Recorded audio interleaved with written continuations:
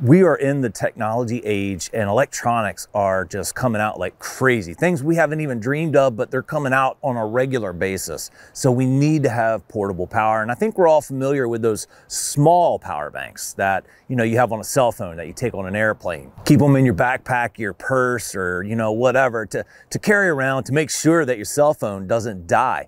We use our cell phones a lot and they tend to die, even in this day and age. When you use them a lot. The technology that we have nowadays to produce this kind of thing is absolutely phenomenal. This is the Jackery Explorer 500, a portable power bank at a whole nother level. They have several different models, both smaller and larger. This, I think, is perfect because it fits the average budget, I would say.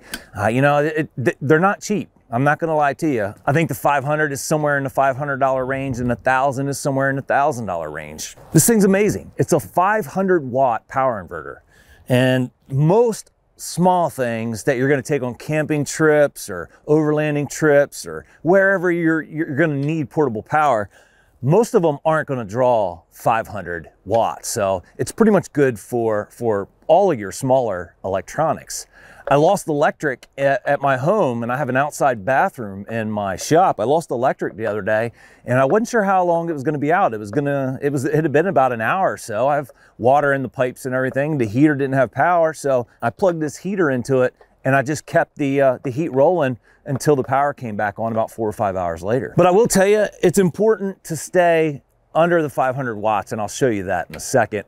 You have to stay within your rating. The 500 here will charge a cell phone, the average cell phone, over 50 times. Depending on the size camera battery, I've charged my camera battery on this 25 times and still had more power to go. A cool thing that Jackery's done is they've also manufactured solar panels.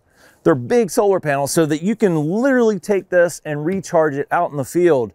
It's a little slower on the charge than if you were to plug it into the wall or into a car outlet. That means you're completely self-reliant when it comes to portable power. That's incredible. You can see the input right here. It comes with a cord that you plug right in, plug it into your wall at home, and it charges up pretty quickly. I usually plug it in overnight and it's completely charged in the morning. If you have a GoPro, you know how bad it performs in cold weather. And so I want to show you, the first thing I want to show you with this thing is I haven't touched it in over a month and I keep it outside in my outside shop area that's not heated. I didn't check to see how charged this battery is. So this could be a complete fail, but I've used this thing enough that I know that it's not going to be. So to turn it on, you have a standard AC port here that's grounded, which is really good. So you can plug grounded cords into this. To turn it on, you just push the button. 98%. You see that? 98%. Great LCD screen, has great contrast. I've never had a problem with it at all. I'm not sure if it's doing that blinky thing you get when you videotape LCD screens, but it's not doing that in person if it is. 98%, guys. It's only lost 2% of its battery sitting in storage for about a month. You can show the input wattage in case you have it plugged in, and it shows you the output wattage. To turn it back off, you just push that button again. It does have a small fan that comes on whenever you're really pulling a lot of power out of it. You got 3 great USB ports, and again, to turn that on, you just push the USB button. Same thing on the DC. This is what my wife uses it for. Heated blanket. So she goes to, our kids' sporting events. We can take this. It's light. You can just carry it right out to the field, plug it in. Let's turn it on. Plug it in. And this thing goes to work right away. It's only drawing 7 watts. So this thing's going to heat right up.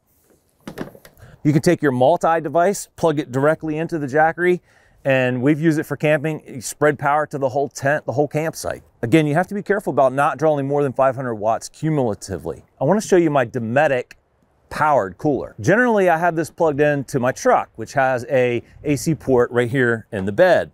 But I want to show you this powered cooler easily runs. Turn the AC port on, fan just a little bit, and now we're going to turn the cooler on. It came right on.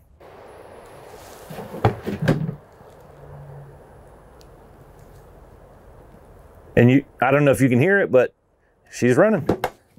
Right now we're drawing about 50 watts, so we have plenty of power to go. Now I love this little heater. This little heater, it it's got a lot of bang for the buck here. A little heater like this can be invaluable in the right circumstance, the right situation. We're gonna plug this guy in. Heater's running up to 100 watts, 150, 200. It also has some surge protection in case it goes over the 500 watts just for a second or two. So it'll go over it just to get whatever device it is powered up. But if it stays above 500 watts, it's going to go ahead and cut off. This model here is just a little over 13 pounds, lightweight. I mean, it's not something you're going to go hiking with, but it is a phenomenal device for a lot of other situations.